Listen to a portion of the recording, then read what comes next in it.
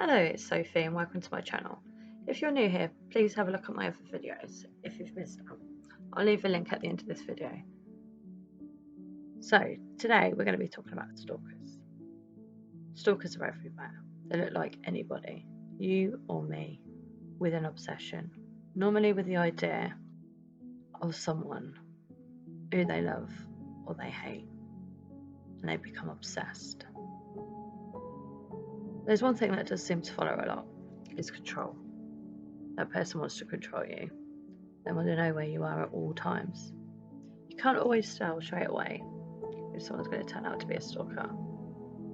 They use control over you. They try to use manipulation, just like a serial killer stalking on their prey, like a lion attacking. You just don't see anything wrong with it. It's disturbing. And now with the internet, trolls and stalkers are everywhere. So what do you do when you meet new people? Always tell someone if you're going to meet someone. Tell a friend, a family member, where you go in. If you're still feeling a little bit unsafe, you can always take someone with you. Right, now, the big one is the online. You need to be really, really cautious about who you're talking to. There's so many people that end up being victims. You need to keep all evidence. If somebody's abusing you, you need to tell someone. I understand that a lot of people get catfished, and we actually have catfish here now in the UK, and I actually watched the first episode and I thought it was absolutely amazing. So I'm actually glad they're here.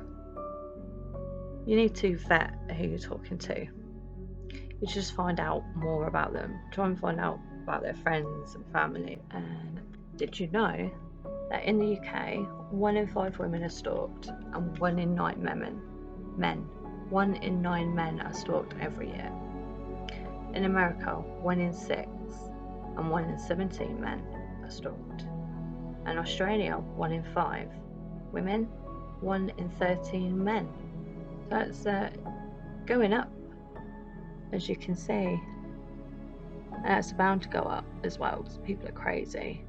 People have been locked up with this pandemic, so you've got to be really careful. Stalker disease is just growing and growing, and now that you can hide behind your screen, it's become even more deadlier. That comes to the story now I'm going to tell you, which is the real story of Shana Grice. Shana Grice was a British teenager, and she was murdered by her ex-boyfriend, and he was actually stalking her. The murder has led to a lot of criticism of Sussex police for the failure for not taking Shana's complaint seriously. Shana Grice, 19, reported Michael Lane 5 times for stalking before she died, but she was fined for wasting police time. So now we're going to go through the stalking. On the 8th of February 2016, Shana complained to the police about being stalked by Mr. Lane after receiving unwanted flowers and damage to her car.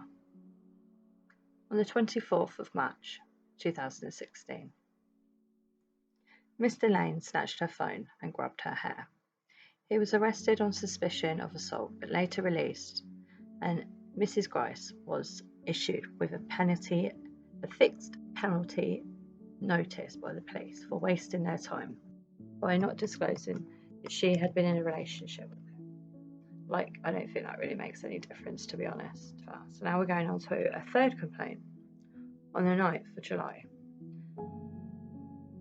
Michael Lane used a stolen key to let himself into her home and watched her while she was apparently sleeping.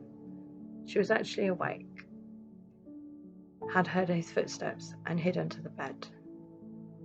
She heard a man breathing in her room. Shortly afterwards, the man left, and when Mrs. Grice looked out of her window, she saw Mr. Lane walking away. He was arrested for theft. given a police caution and told to stay away from Grice, which is really scary, someone being in your house. The following day, she received around 7 phone calls from a block number, including one with a heavy breathing. She was told there'd be no further lines of inquiry and that the case would be left on file. 11th of July, she reported to police that she was being followed by Michael. Police treated the case as low risk, but that the investigating officer would make aware. Make aware of what? I don't know. Just make aware. And on the 14th of August, Shana saw Lane loitering around her home. She confided in her friend Joanne that she was afraid that the police wouldn't believe her because of her previous fine for wasting police time. Although Joanne was a witness to this, Shana didn't report the incident to the police because of the penalty that she got. She thought that they wouldn't do anything, and unfortunately, on the 25th of August, Mr. Lane waited for Shana, was alone at home, and then he let himself in and he slit her throat and set fire to her bedroom. She was only 19 years old and she'd been murdered by her 27-year-old ex-boyfriend. Her boyfriend, Ian Cook, found her. Her boyfriend's father in her home in East Sussex. Mr. Lane was arrested the same day at his workplace in Burgess Hill. He initially lied to the police about his movement that day before admitting that he'd gone to Shana's house. He claimed that he had found her on the doorstep and opened the door and her body was there. He claimed that he panicked and then left the scene without dialing 999, checking Shana's vital signs or telling his family what he had found. He claimed that he'd only kept quiet about what he had seen because he was afraid of being accused of her murder. Shocking. Absolutely shocking. The trial lasted for 2 weeks in Lewes Crown Court, and he was found guilty and he was sentenced to a minimum term of 25 years to life. And that all could have been completely avoided if the police had taken her claims seriously. So after this had happened, a report had come out, because obviously the parents are absolutely devastated. Any parent would be devastated. So the report found a domestic homicide review report concluded that Michael Lane had harassed 12 girls and young women between 2006 and 2016. And he had been arrested over claims he groomed a 14-year-old girl. He was not charged over the 2010 grooming allegations, which was marked on his arrest record. But it was not noted when Shana reported him for harassment. The allegation dates to when he was volunteer scout leader. After his arrest, he resigned from Scouts. He was told the allegation would be considered if he tried to rejoin the organisation, which I think should have been on record. But when he did so in 2015, he was not recognised as a past member and he volunteered for several months. That is insane. So then him back in, it was apparently, they say it was a temporary glitch of the IT system. And that just sounds like bullshit, doesn't it? It sounds like you try and protect your children and they just let them back in. Sickening.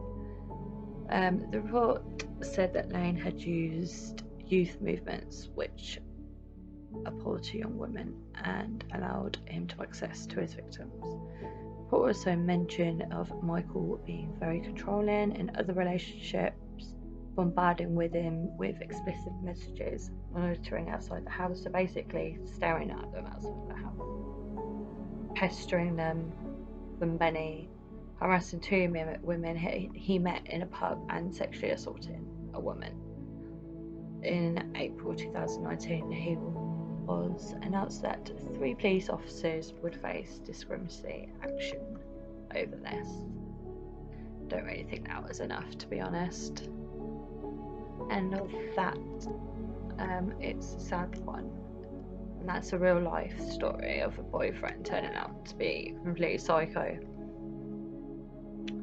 So I am going to be doing a new intro because I feel like things have changed and I do want people to get to know me a bit more. So I'm going to be doing a new one of those, and I am going to do another Max Spears video as well, and another ghost photo. So please watch out for that.